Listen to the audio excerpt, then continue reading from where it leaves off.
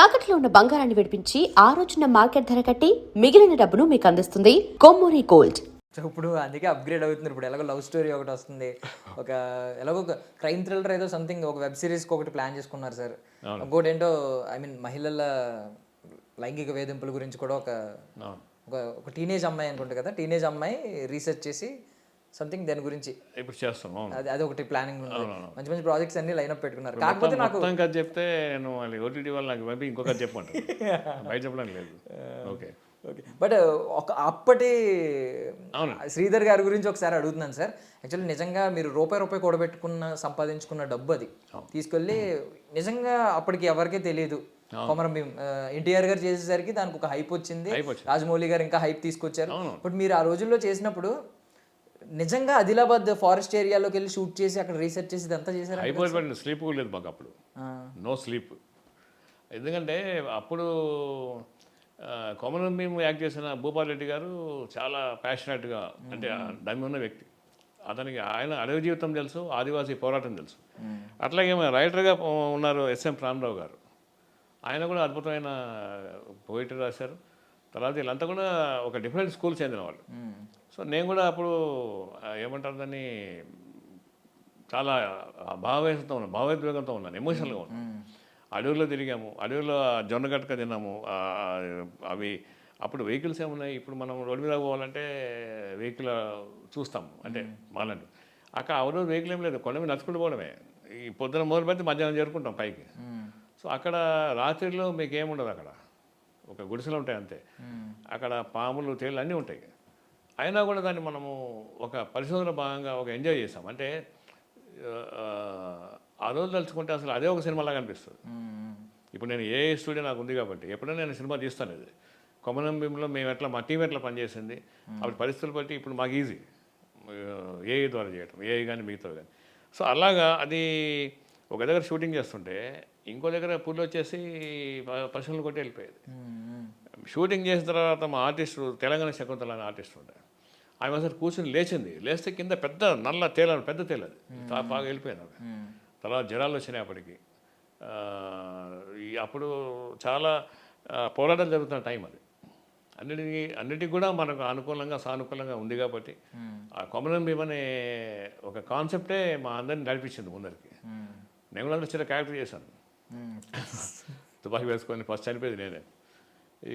అది అయితే మేము అదే అట్లా మళ్ళీ డ్రెస్ చేంజ్ ఏం లేదు. ఇక షూటింగ్ అయిన తర్వాత అదే తుపాకులు వేసుకోవాలి, ఇక అట్లే రావాలి, రోడ్డు మీదకి రావాలి, నడుచుకుంటూ పోవాలి, మళ్ళీ మన దగ్గరికి పోవాలి, గెస్ట్ హౌస్కి పోవాలి. గెస్ట్ హౌస్ అంటే చిన్న ఏరియా అది. సో అదంతా ఒక అద్భుతమైన అనుభవం అది.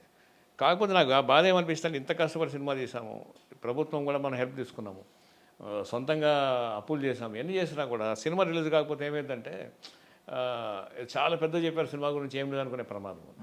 అందుకని దానికి వెంటబడి పట్టుబట్టి అందరినీ కూడా కన్విన్స్ చేసి పోట్లాడి అవసరమైతే అన్నీ చేసినాం, సినిమా రిలీజ్ చేసాం.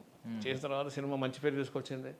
ఇవాళ చెప్పాలంటే 8వ క్లాసు పాఠ్య పుస్తకంలో ఒక పాఠ్యాంశంగా ఉంది. అది మన సినిమా గురించి ఒక పాఠం ఉంది, దాంట్లో కొమరం భీం గురించి రాస్తూ దర్శకుడు అల్లాన సార్ 20,000 కష్టపడలేని రాశారు దాంట్లో. అట్లాగే భూపాల్ గురించి అందరి గురించి రాశారు. సో అంటే పాఠాలు ఎక్కువ చదువుకునే వ్యక్తి పాఠ్యాంశంగా మారడం అనేది నా జీవితంలో జరిగింది. చిన్న విషయమే కానీ నాకు చాలా మంచిగా అనిపిస్తుంటుంది. ఎప్పుడన్నా పాఠం చదువుతుంటే ఇప్పటికీ ఉంది అది. అన్ని 2 తెలుగు పుస్తకాల్లో 8th క్లాస్లో టెక్స్ట్ బుక్ నా పేరు, సినిమా పేరు, నా పేరు, అన్ని మంచి సినిమా గురించి ఒక అధ్యాయం ఉంది, ఒక చాప్టర్. అంటే కళారూపాల్లో మంచి కళారూపాలు ఏముంటాయి దాంట్లో ఇది మెన్షన్ చేస్తూ ఇది అవార్డు సాధించింది అరవింద్ సార్ డైరెక్టర్ దీనికి అని రాశారనమాట. ఇక అంతకుమించి మనకి అవార్డు ఏముంటుంది ఒక పాఠ్యపుస్తకంలో మన గురించి రావడం కంటే, అట్లా అనిపించింది. తర్వాత రఘువీర భారతం తీసినాం, అది కూడా అకే నాగేశ్వరరావు గారు, దాసనారాయణరావు గారు వాళ్ళ మీద. తర్వాతగా అట్లా వరుసగా సినిమాలు చేసుకుంటూ వస్తున్నాం. అయితే ఎలా ఉంటుందంటే నా గురించి చెప్పుకోవాలంటే నేను రూపం మార్చుకుంటూ వచ్చాను. మామూలుగా ఈ డ్రాక్యులా సినిమాలు చూపిస్తుంటారు, అది నేరం కానీ దుశ్శక్తి కానీ నిర్మూలన కాదు, రూపం మార్చుకుంటుంది. క్రియేటివిటీ కూడా అంతే. నేను 16 సినిమా తీసిన తర్వాత 35 తీశాను, తర్వాత టీవీ సీరియల్ చేశాను, తర్వాత ఓటీటీకి చేశాను, తర్వాత యాడ్స్ చేశాను. ఇప్పుడు మళ్ళీ ఏఐలో చేస్తున్నా. నేనే రూపు మార్చుకుంటూ వస్తున్నాను అనమాట కాలం తగ్గట్టుగా. ఈవెన్ అదే మీ కానీ దుశ్శక్తి కాదు, నేను ఒక మామూలు శక్తి. అదే నిజంగా కొన్నిసార్లు అర్థం కాదు మీ ఆరాని క్యాలిక్యులేట్ చేద్దాం. ఎందుకంటే స్టార్ట్ అయ్యింది ఇలాగా కొమరం భీమ్తో స్టార్ట్ అయిన తర్వాత 6mm సినిమా అది. 6mm అంటే నేను ఫస్ట్ సినిమా అదే.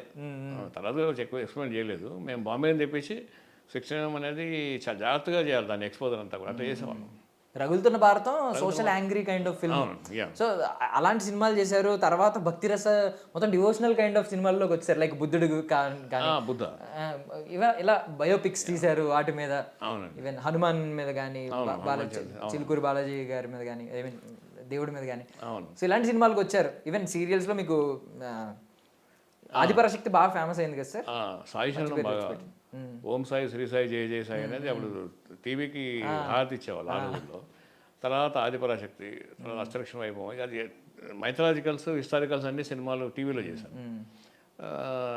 బుద్ధ చేశాను. బుద్ధ కూడా ఇప్పుడు మీరు యూట్యూబ్లో చూడండి, దాదాపు 1,00,00,000 మంది 2 గంటలు చూస్తుంటారు, వ్యూస్ ఉంటాయి అట్లా. తర్వాత అది దాదాపు 5-6 రాష్ట్రాల్లో డిఫరెంట్ సెంటర్స్లో 100 రోజులు ఆడింది, 50 days 100 days ఆడింది. అదొక డిఫరెంట్ జోనర్లో ఉన్న సినిమా అది బుద్ధ. దానికి శివానందమూర్తి గారు మా గురువు గారు, ఆయన దానికి రచన. తర్వాత రాజ్ కందుకూరి గారు చాలా పాపులర్ డైరెక్టర్, ఫిల్మ్ మేకర్, ఆయన నిర్మాత, ఆయన దానికి నిర్మాత అనమాట. సో వారి అనుభవం చాలా ఉపయోగపడింది ఆ సినిమాకి. రాజ్ కందుకూరి గారు కానీ వీళ్ళంతా ఆ సినిమా చేశాము. దాని తర్వాత అది బైలింగ్యువల్ తీశారు కదా సార్, హిందీ తెలుగు తీశారు. హిందీ తెలుగు. అట్లాగే తులసిదాసు, హనుమాన్ చాలీసా హిందీ తెలుగు, ఇట్లా చేసుకుంటూ వస్తున్నాం. అంటే నాకు ఇప్పుడు ఏమవుతుందంటే మనం ఇది తప్పితే వేరే తెలియదు కాబట్టి, వేరే పని తెలియదు మాకు. దానిలోనే తినాలి, దానిలోనే అప్పు చేయాలి, దానిలోనే బతకాలి, దానిలోనే అప్పు తీర్చాలి. Simple logic. బేసికల్లీ ఒక క్రియేటివ్ పర్సన్ ఎవరికైనా, దట్టు మీరు క్యాప్టెన్ ఆఫ్ ద షిప్ కాబట్టి ప్రతి సినిమాలో ఒక ఈగో ఉంటుంది, క్రియేటివ్ ఈగో ఉంటుంది. అంతమందిని హ్యాండిల్ చేయాలి. దట్టు ఏంటంటే కొన్నిసార్లు ఇదంతా ఉంటుంది. బట్ బుద్ధుడి ఫిలాసఫీ మొత్తం మీరు జర్నీ రీసెర్చ్ చేశారు కాబట్టి ఆ టైంలో మీలో ఏమన్నా మార్పులు వచ్చినాయి సార్? మీ సైకలాజికల్గా డెఫినెట్గా వచ్చిందండి. మంచి క్వశ్చన్ అడిగారు మీరు. అయితే ఏమవుతుందంటే అంతకుముందు అగ్రెసివ్గా ఉండేవాడిని నేను జీవితంలో కూడా.